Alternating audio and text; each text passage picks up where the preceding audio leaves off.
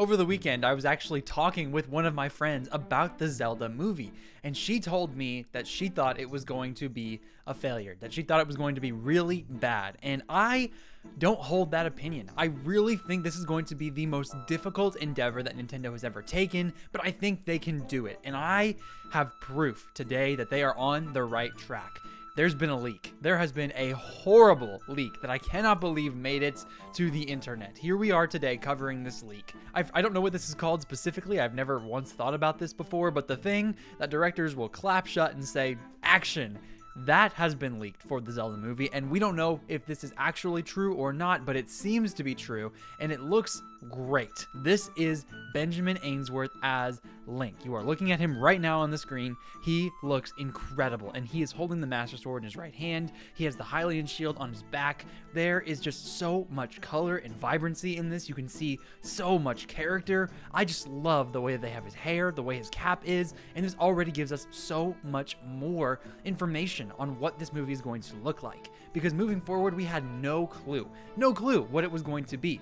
Breath of the Wild and Tears of the Kingdom changed everything for Zelda, changed everything for the franchise. Those games re-embodied the idea of a Zelda game, even moving forward with Echoes of Wisdom playing as Zelda in that game. She was in this universe in which she was creating all of these different things with the help of Tri. Everything moving forward with Zelda is new. It is all about this open air, open zone vibe where you can do whatever you want, wherever you want, and solve everything however you please. This is not that. This is not that, and I'm sure it will take some inspiration from Breath of the Wild and Tears of the Kingdom, as we saw in this concept art with both Benjamin Ainsworth and Bo Bragison together. Bo is wearing the iconic blue now from Zelda in those games, but that blue is only from Breath of the Wild. It's the champion's garb. It's the type of material that only champions were allowed to wear, and that's from exclusively Breath of the Wild and Tears of the Kingdom. To kind of signify how they were moving away from traditional Zelda and into a new era, Link was also wearing his blue garb. That was his champion's outfit with that little sword on the front, and that became iconic in its own way. But the traditional green garb, that is what we've come accustomed to know Link as. That is what a lot of people think of when they think of Link. This pays homage to the series in a beautiful way, because it would not have been fair to a lot of the OG Zelda fans if this simply wasn't what he looked like. If they had given him the Breath of the Wild garb, I think many would have been very, very upset. Now, sure, there might be some sort of blue shirt in this that references Wind Waker, because that hero, who wasn't really the hero, he didn't have the soul of the hero. It was just the dude who came after the hero died and helped save everyone because of his sister, but still, the blue is not what we think of when we think of Link. Here we see green. That tells us so much. And to be honest with you, it's hardly recognizable. Like, this seems to me like if it is Benjamin Ainsworth, like we think it is, because that is obviously who is playing Link in the movie. We know that to be a fact now, but this doesn't look like him at all. And that is really good, because sure, maybe like when he's in motion and not in this very stylized image here, he might look different and more like himself, but I'm really glad that they're having him embody the character of Link. There were so many worries and weird speculation and horrible things that went on, especially with Bo Bragison. I covered that in a video last year talking about the casting and everything, but people really wanted Hunter to be the Zelda character, and that just, it didn't make sense to me, because I know that they wanted to do right by these characters, and these characters are what we want. We don't want random celebrities filling in and the actual celebrity is bigger than the character on screen. We wanted actors that were relatively unknown, because that means that they are actually the characters. They are not themselves, they are the characters. Really big problem with Mario, I think, in the Mario movie.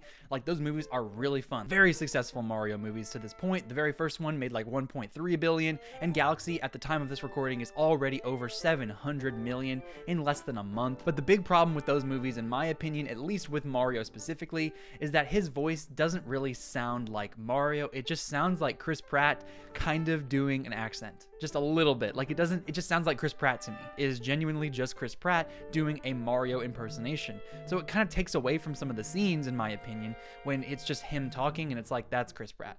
Here we have Benjamin Ainsworth and Bo Bragison. We have no idea if Benjamin will be talking, because Link obviously is a silent protagonist in all of these games. Like, sure, he will interact with people and he does talk, especially in Breath of the Wild. We don't see it, but we hear about it. We read in Zelda's diary. We see in all these different cutscenes. He does interact with these people, and he's not just an avatar for the player like he was in earlier games.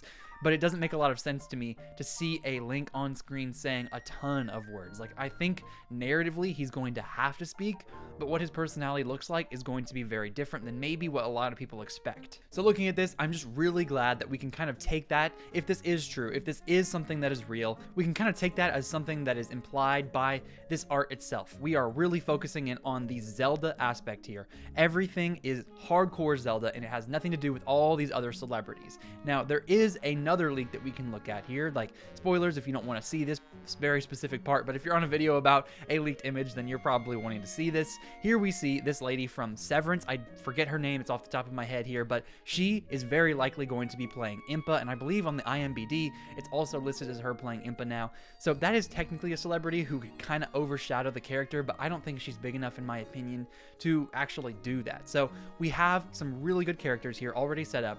The Zelda series is rich with lore, rich with characters. It is perfect for a narrative, and I think this movie is setting up to be good. I made an error in one of my past videos talking about like when this movie was going to release. I thought it was in March. I had Googled like the wrong image, and at one point it was March, but it got delayed to May. It is May 7th. May 7th is when this movie is going to be coming out. So when can we expect a trailer for this to actually see if this image is real? Because it obviously is very stylized. Like I said earlier, it doesn't necessarily look like a still image from a real live shot. There's some graphical effects going on here, which honestly there should be with his ears and his nose. Like, those could very well be practical effects, but at the same time you might want to CGI some of that. Well, honestly, I would guess that they want to wait until probably 2027 for us to see our first trailer.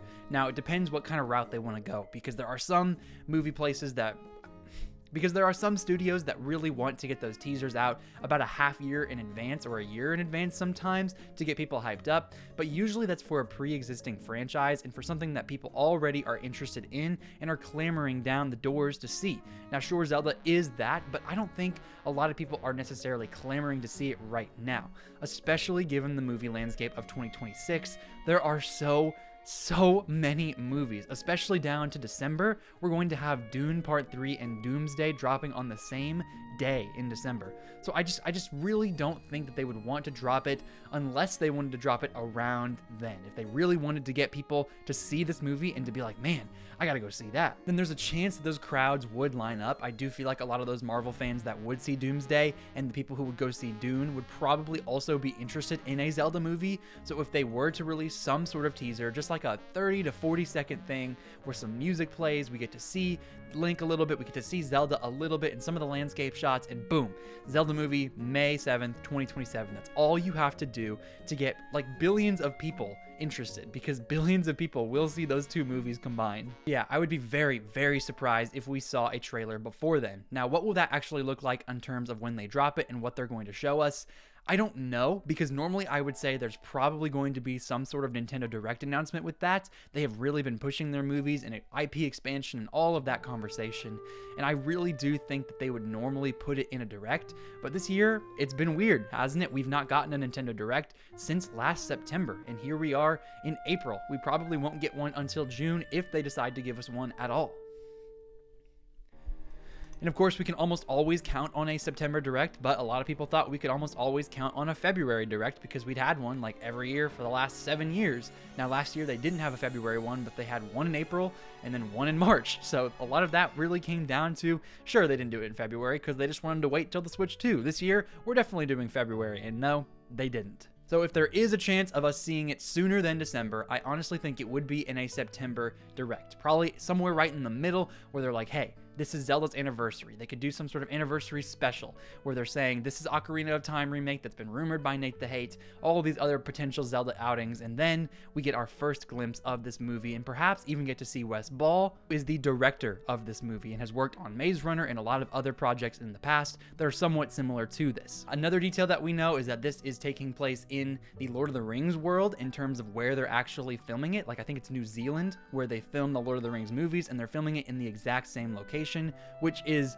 perfect. It cannot get better than that. You have got to be kidding me. I'm so excited. Filming it in a great location. They'll probably show us a trailer by late December, if not early 2027, but potentially in a Zelda's 40th anniversary segment in a Nintendo Direct. Then the last thing I really need to talk about with this image is just how they're doing the fans right. I talked a little bit about this earlier, but it is so nice to see all of those Zelda fans that really stuck it out with Nintendo in some of those lower areas. And Twilight Princess was a really great game, but then you had Skyward Sword and people were like, I don't know. Breath of the Wild reinvented the wheel. Now here we are in 2026 and we're seeing him in his green garb. Breath of the Wild and Tears of the Kingdom sold like over 60 million copies combined, made so much money, and reinvented what Nintendo thinks of Zelda and how they're going to be making these games moving forward.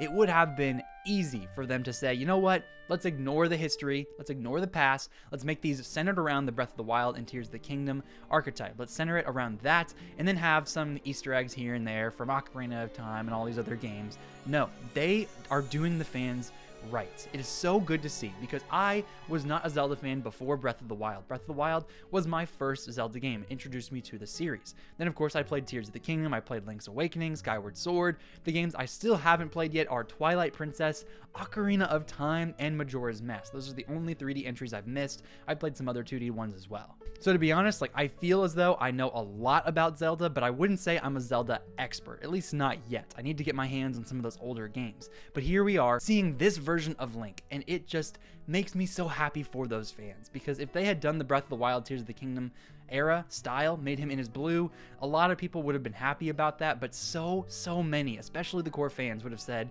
I'm so disappointed by this. I can't believe you're doing this. Why would you not pay homage to the actual series? Get people involved in the history of it, and then work your way out.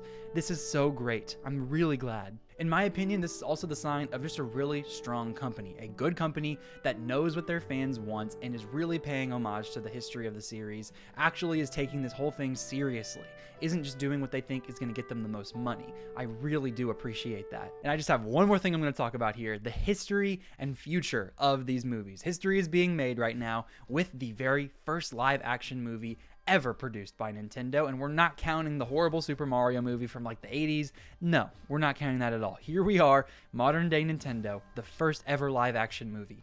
This has the potential to either change everything for the better or make it to where they never do anything like this again. There was a rumor that there's going to be a Metroid movie. I think that would be really, really good. I think that is one of the biggest franchises that could really benefit from having a big screen outing. But I'm not gonna lie, I really do think that they might probably scrap that if this movie does terribly. If this movie is just fine, even if it's not a horrible disaster like a lot of people think it could be, if it's just decent and it only gets like 200 to 300 million, and I say only because Nintendo might have crazy expectations here. Zelda is easily their second biggest franchise compared to Mario, and Pokemon is owned by the Pokemon Company, so I don't count them there.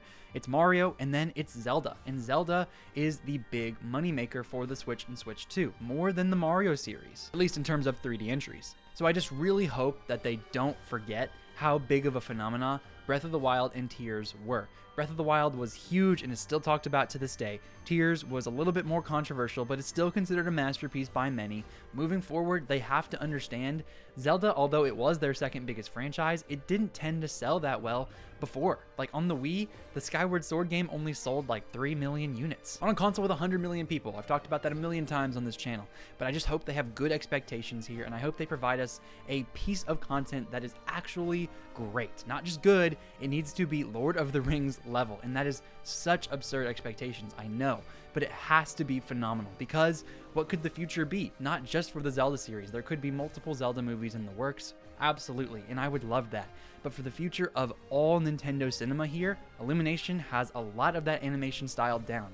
Nintendo knows what they're doing. Nintendo Pictures is working on the Pikmin shorts and all these other things behind the scenes. Animation is going to be fine. If they want to actually dip their toes in live action to get a bigger crowd, to get a lot more of those cinema lovers in seats, they are going to have to hit this out of the park and really establish something here. So that is what it could be. That is what the history of the Zelda franchise right now is looking like and what the future could end up being. So thank you so much for making it to the end of this video. Make sure you like and subscribe if you enjoyed. Click the notification bell if you want to know exactly when my videos release, and consider joining my membership program to help support the channel financially and get a couple cool perks for yourself. Make sure you click on the left side of your screen if you want to see my video covering that initial casting debacle and all that problematic crap that was going on, and click on the right side of your screen if you want to see my review covering both Breath of the Wild and Tears of the Kingdom on the Switch too. Thank you so much for making it to the end of the video. I hope you have yourself a phenomenal day. This has been Ray's Nintendo Talk. I have been Ray, and I will see you all in the next video.